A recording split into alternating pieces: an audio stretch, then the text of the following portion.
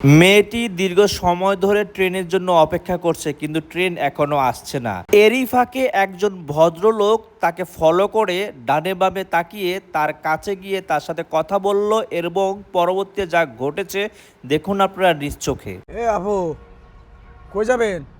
বাড়িতে যাবো। বাড়িতে যাবেন? ট্রেনে তো দেরি আছে। হয় এজন্য তো বসে রইছি। দেখি অনেকক্ষণ ধরে বয়ে রয়েছেন এখানে। রোজা আছেন নাকি? না ভাই, রোজা নাই? না। তাহলে ই করেন আপা, আমার কাছে ঠান্ডা পানি আছে, আমি যামু, দেশে যাইতেছি। তাহলে খান, একটু খান। ভাই আমারও অনেকক্ষণ ধরে বসে থাকতে থাকতে গলা শুকায় গেছে। খান খান, অনেক সমস্যা নেই। উপকার করলেন। তাহলে আপনি কোন জায়গায় নামবেন? আমি নামু ভাই, এই টাঙ্গাইল যায়। টাঙ্গাইল যায় নামবেন? ও, আমি তো যাবো যে গোপালপুর। ও আচ্ছা। খান, সমস্যা নেই।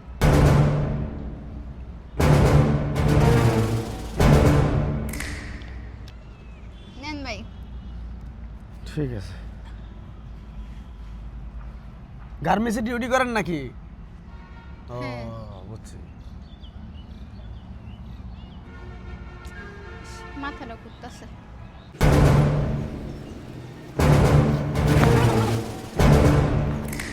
আপনার সাথেও এমনটি ঘটতে পারে, তাই অচেনা অপরিচিত কারো হাতের দেওয়া কোনো খাবার খাবেন না, তাহলেই আপনার যাত্রাপথ হবে নিরাপদ।